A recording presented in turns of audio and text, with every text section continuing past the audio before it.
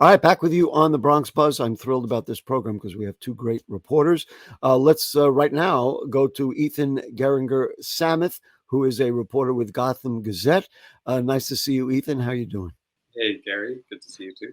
And I say again because you reminded me that literally 6 years ago you were on the program before you even were like a full-fledged reporter, That's and great. so that's nice to have you. Let's just get right to it. The headline of your article asks the question, and I'm going to ask the same question because it really was a confusing thing that you helped unravel. Mhm. Where is the state legislation at the center of Mayor Adams' Jordan Neely response? And so explain to me, number one, what did the mayor say? And two, what legislation do we need from the state to kind of tie up all those loose ends? Mhm. So after a little over a week of questions about how the city was going to respond to Jordan Neely's Yeah, killing. we should mention that Jordan Neely was the man who was either begging or annoying passengers on a subway train and then was choked to death. But go ahead. Yes, I he was mean, people remember his name. Yes. right. Jordan Neely uh, was choked to death after what witnesses say were basically decompensating. He had a history of mental illness on the train and was decompensating, and he was choked to death by a man named Daniel Penny, who was a white Marine veteran who's since been indicted charged with manslaughter Right. by Manhattan District Attorney Alvin Bragg. So about 10 days after this incident, Jordan Neely's killing, Mayor Adams spoke finally at length. I think there was a bit of anticipation about how he was going to respond to this, and really say what the city was going to be doing about. Especially because he's a former cop, tough on crime, and this was right gets right into the guts of that discussion. Go ahead. Right, and since he took office last year, he's really been focused on this intersection between untreated severe mental illness and substance. Oh, that's right. Yes, of course. So this is a big theme of his tenure. So in his response, he said that really what the city needs is more power from state lawmakers to be able to commit people to, hospitalize people for psychiatric holds, Right. or also to obtain court-ordered outpatient treatment, which usually entails, some type of drug regimen and Potentially, yeah, mental health, certainly mental health support. So city council legislation wouldn't be able to handle that. That has to go into Albany. What the mayor is saying is that they need to make changes to the state mental hygiene law, which would have to be done by Albany law. Okay. So I'll accept that. And Governor Hochul, yeah. That law is what outlines, at the crux of this is how we define whether someone is a danger to themselves.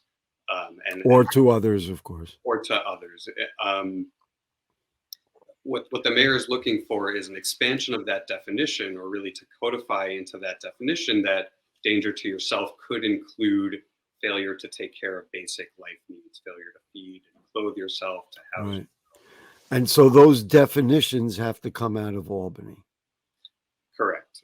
And do the legislators up there, I mean, are they engaged in this question? Is that one of the issues here? Well, that's what we set out to find out. At this announcement, the mayor said that they were pushing for legislation, what he called the Supportive Interventions Act, right.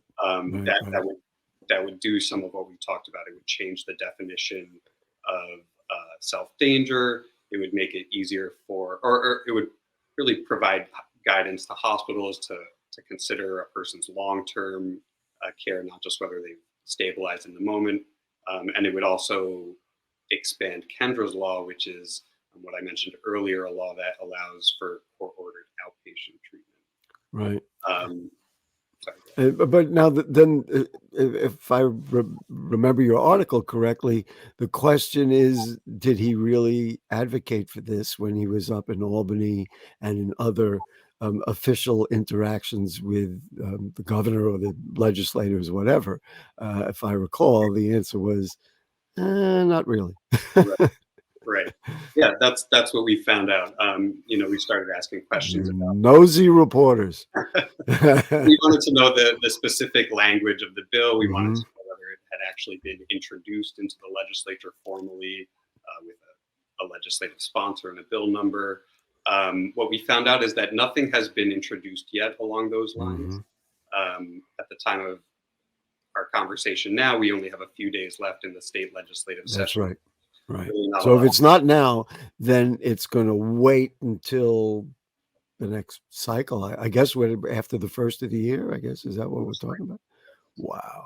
So, um, so even though the legislation is interesting and defining this very difficult thing that has many lines and what falls under what category could be a very important thing, and then given the nature of life in the city, you could see how this could be important in a lot of cases. Mayor talked a good game. I don't want to blame him necessarily, but he didn't really follow up, and the legislature is not engaged in the process yet. Now, we have heard from one assembly member, Ed Braunstein, Mhm. who says he is working on a piece of legislation along these Okay. lines. It hasn't been introduced yet, so we'll see whether that. Whether it works out. Let's just move on. I want to get to other stuff that you've written for Gotham Gazette, and let's talk about a day without human services. I thought this was fascinating because we deal on this program and all of BronxNet's programs with a lot of not-for-profits. There are about 1,200 in the Bronx, and they're always complaining there's just not enough funding. I don't know how else you can describe it. We don't have enough money. And finally, the Human Services Council said, we're going on strike, just like anybody else who says we need more money or, a union or whatever. Where is that at now? That happened already, or it's going to happen? Where are we at? And just give us the idea, because I think it's very interesting. Sure. So the day itself has happened. The idea was a day without human services. It was sort of a human service providers going on strike, Yeah. ceasing to offer what they call life-saving essential services. Right.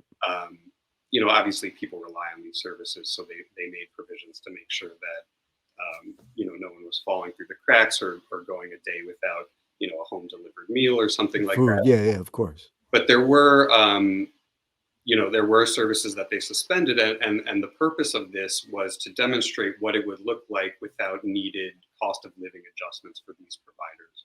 What they're saying are needed cost of living adjustments, and that's sort of reflected in workforce shortages kind of across the board. How successful is the effort, other than getting people like us to talk about it on TV?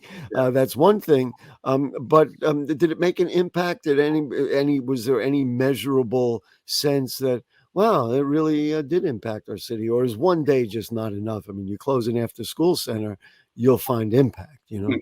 Well, it sort of remains to be seen. I mean, this is all unfolding during city budget negotiations, which are ongoing between the mayor and the city council. Um, the providers, which are led by a group called the Human Services Council, which is sort of an umbrella organization representing providers, they're seeking a 6.5% cost of living adjustment in the next city budget. For the workers, for the people who work there, or also the kind of funding budget for everything they do? This would be for city contracted human services providers, which I see. bulk of city human services. And so this is a budgetary thing, and we may see that one way or the other, July 1st. Is that what we're allegedly July 1st? Right. That's the goal. That's the start of the city fiscal year. The mayor put out a $106.7 billion executive budget. The council has now held hearings examining that, and now we're stick around. Yeah. Stick around or keep reading Gotham Gazette with our buddies Samar Kershid and Ethan Geringer Smith. Last thing I want to ask you about, we have a couple of minutes, is, and I'm personally a big supporter of summer youth employment. I think it's one of the answers to getting kids engaged, having them grow up better, keeping them off the streets in the summer. I guess we in the Bronx should be proud that Council Member Althea Stevens, who's a Bronx council member, the chair of the council's youth services committee, is pushing forward a bill to set a goal for each city agency to offer summer youth employment jobs. Where is that at? Has the bill gone through? I hadn't heard that it passed. What's up? I don't know. So the bill has passed. The bill has passed. What it would do is it would basically require, it actually wouldn't require anything. It sets a goal that each city agency opens up a certain number of summer youth employment slots within each agency, and it pegs that to a proportion of the total headcount of that agency. It's unclear exactly how that might impact the total number of participant slots. Right. The program has been growing under Adams. It's reached 100,000. He has shown a great interest in summer youth employment. I think for obvious reasons. I'll tell you a couple of things. I think about our youth, high school kids. Number one, there are a lot of kids who want to be serious, but they have no opportunity to be serious. And having them walk into City Hall or some other, office, agency office, working, even watching how the Department of Sanitation works. This is a very good thing. It's good for the kids because it raises their profile, and it's good for all of us. I'm just going to tell you a real quick story. We did a show on my other program, Bronx Talk, about voter literacy.